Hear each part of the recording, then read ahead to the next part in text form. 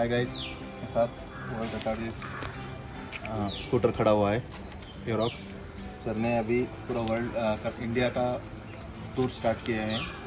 अभी सर से पूछते हैं कि कहाँ से स्टार्ट किए, अभी कर्नाटक को आने तक कौन सा स्टेट घूम के आए और उनका सफ़र कैसा था और उन्होंने कितना परेशानी उठाया होगा, वो सब हम थोड़ा सा एक शॉर्ट वीडियो में पूछना चाहेंगे। सर आपने अभी राइड स्टार्ट किया तो कौन से स्टेट से स्टार्ट किया और बेंगलुरु आने तक कितना स्टेट्स घूम के आया और आपको कितना परेशानी होगा, कुछ ना कुछ आपको डेयर्स आए होंगे सामने, आपने पूरा फेस करके यहाँ तक आए हैं। तो उसका छोटा सा एक हमको बताइए, तो हमको नेक्स्ट फ्यूचर में हम भी राइड स्टार्ट करेंगे तो हम भी इसका सेफ्टी का स्टार्ट कर लेंगे। आप जाने से पहले पूरी स्टीक तैयारी करो। जितनी तैयारी स्टीक होगी उतनी ही स्टीक आपकी कामयाबी होगी। हम इतने बड़े काम कर जाते हैं, वैसे हमारी हैसियत नहीं होती, लेकिन अच्छी तैयारी के कारण वो हम काम कर जाते हैं। तो ये मेरी सेकंड राइड है। लास्ट ईयर तो मैंने बताया था कि वर्ल्ड रिकॉर्ड बनाकर 3 देशों में, नेपाल, इंडिया, भूटान में गए थे। इस बार मैंने 20 दिसंबर से शुरू किया।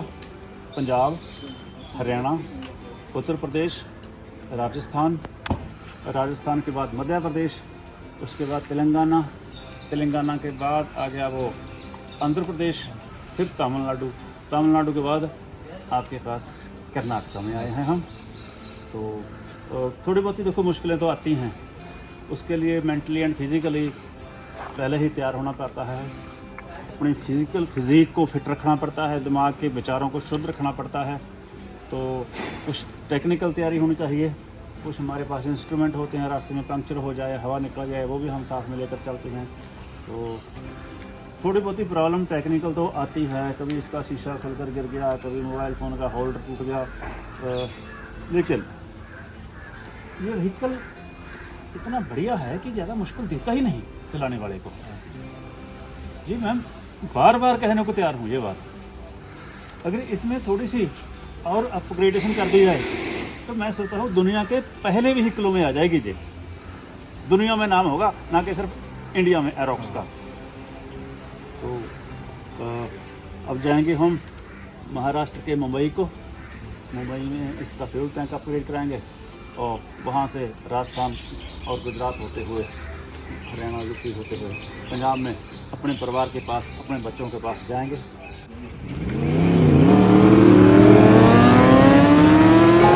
ऑल इंडिया में जाना है, भारत को हमें बताना है, नई सोच तुझे अपनाना है। अपने हमारे साथ कौन है? वर्ल्ड रिकॉर्ड रेस, ठीक है। इंडिया पूरा घूम लिया है और नेक्स्ट सेकेंड टाइम फिर से उन्होंने स्टार्ट किया है और वो कर्नाटक पे आए हैं। कर्नाटक पे आके सर्विस के लिए अपने परफेक्ट एड्रेस पे आए थे। उन्होंने ऑलमोस्ट 42,000 किलोमीटर चला लिया है गाड़ी और उनसे हम जानेंगे और हम कुछ सीखने को मिलेगा और हम उनको कुछ क्वेश्चंस पूछेंगे कि बाइक के बारे में। जाएंगे हम जाएंगे, ऑल इंडिया राइड पे जाएंगे हम जाएंगे, ऑल इंडिया राइड पे जाएंगे हम जाएंगे।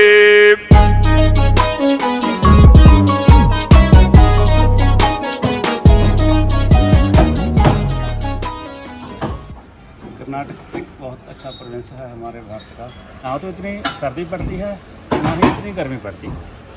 अगर मैं बिल्कुल ब्रीफ में बात करूँ, मैंने अपनी पूरी निगरानी में सर्विस करवाई।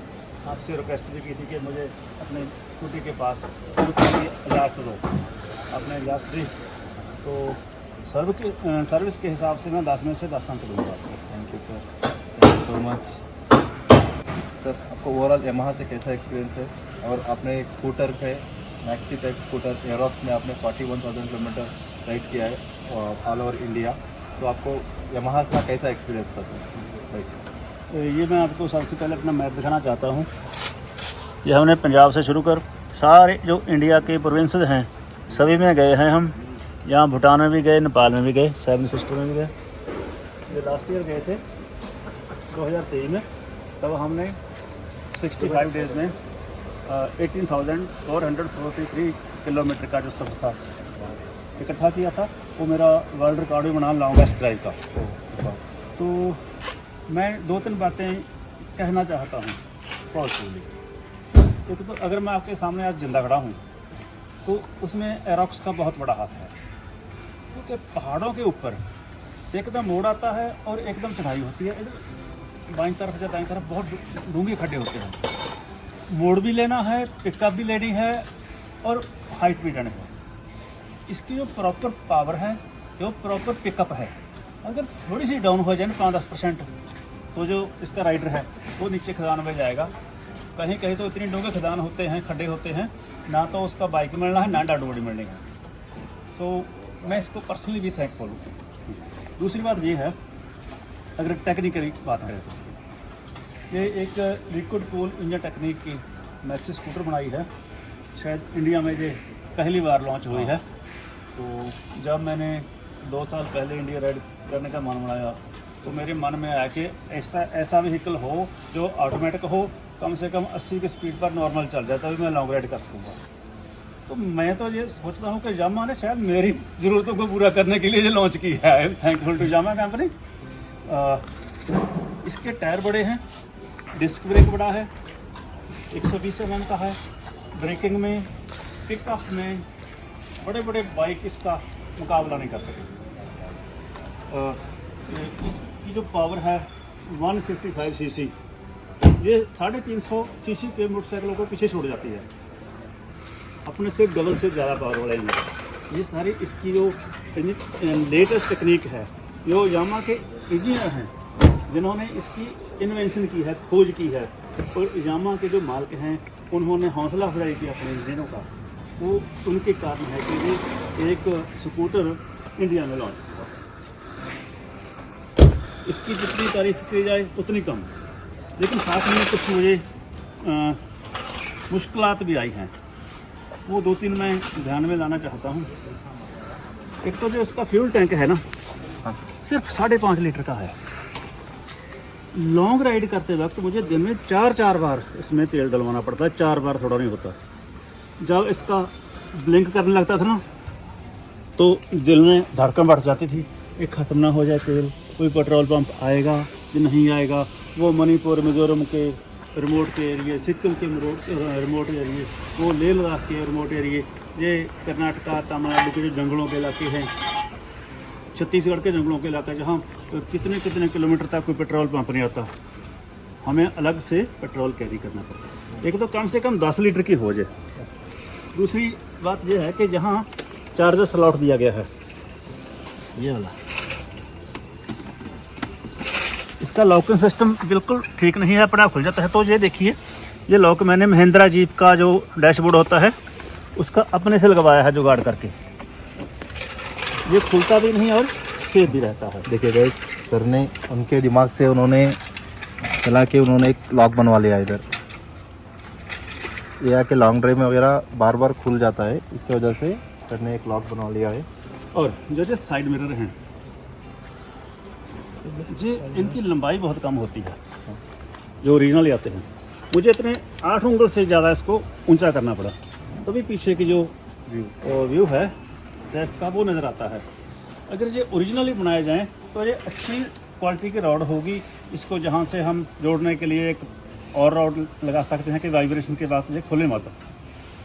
और ये सीट है, जो ओरिजिनली सीट आती है वो एक प्लेन सी होती है। जब राइडर ब्रेक लगाता है तो राइडर आगे को स्लिप कर जाता है।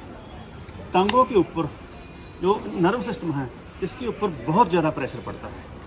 2-3 घंटे चलाने के बाद टांगें दर्द करने लगती हैं, कमर दर्द करने लगती है। मैंने इसको स्पेशली कस्टमाइज करवाया है, अलग से खर्चा करके।